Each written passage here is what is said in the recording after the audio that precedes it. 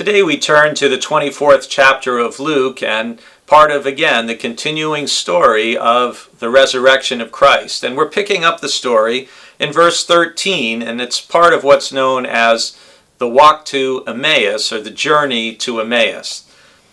Now on that same day, that's the day of the resurrection, two of them were going to a village called Emmaus, about 7 miles from Jerusalem, and talking with each other about all these things that had happened. While they were talking and discussing, Jesus himself came near and went with them, but their eyes were kept from recognizing him. And he said to them, "What are you discussing with each other as you walk along?" They stood still, looking sad. Then one of them, whose name was Cleopas, answered him, "Are you the only stranger in Jerusalem who does not know the things that have taken place there in these days?" He asked them, "What things?" They replied, "The things about Jesus of Nazareth, who was a prophet, mighty in deed and word before God and all the people, and how our chief priests and leaders handed him over to be condemned to death and crucified him. But we had hoped that he was the one to redeem Israel. Yes, and besides all this, it is now the 3rd day since these things took place. Moreover, some women of our group astounded us. They were at the tomb early this morning, and when they did not find his body there, they came back and told us that they had indeed seen a vision of angels who said that he was alive. Some of those who were with us went to the tomb and found it, just as the women had said, but they did not see him."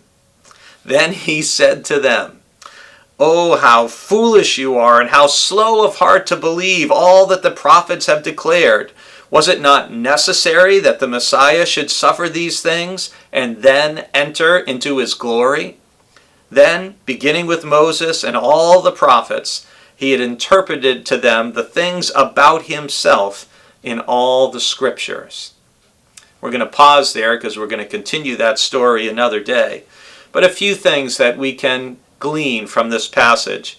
First of all, that these two disciples, Cleopas and the unnamed other disciple, and I think the other disciple's unnamed because we are to picture it as ourself.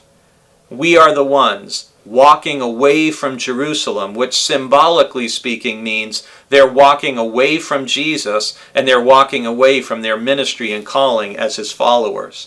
Of course, you have a wonderful bit of irony with Jesus being asked by one of the disciples, "Are you the only one who doesn't know what happened in Jerusalem these days?" When nobody knows better than Jesus what's happened in Jerusalem over these days. But you notice their understanding of Jesus is still not accurate. It's not full and complete because they call him a prophet mighty in word and deed. But Jesus is clearly more than a prophet.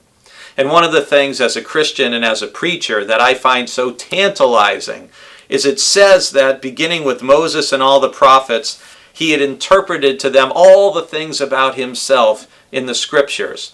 But we don't know which ones exactly he used. I wish I knew. Don't you? Tomorrow we'll continue our journey with Cleopas and the other disciple and see what else Jesus reveals to them.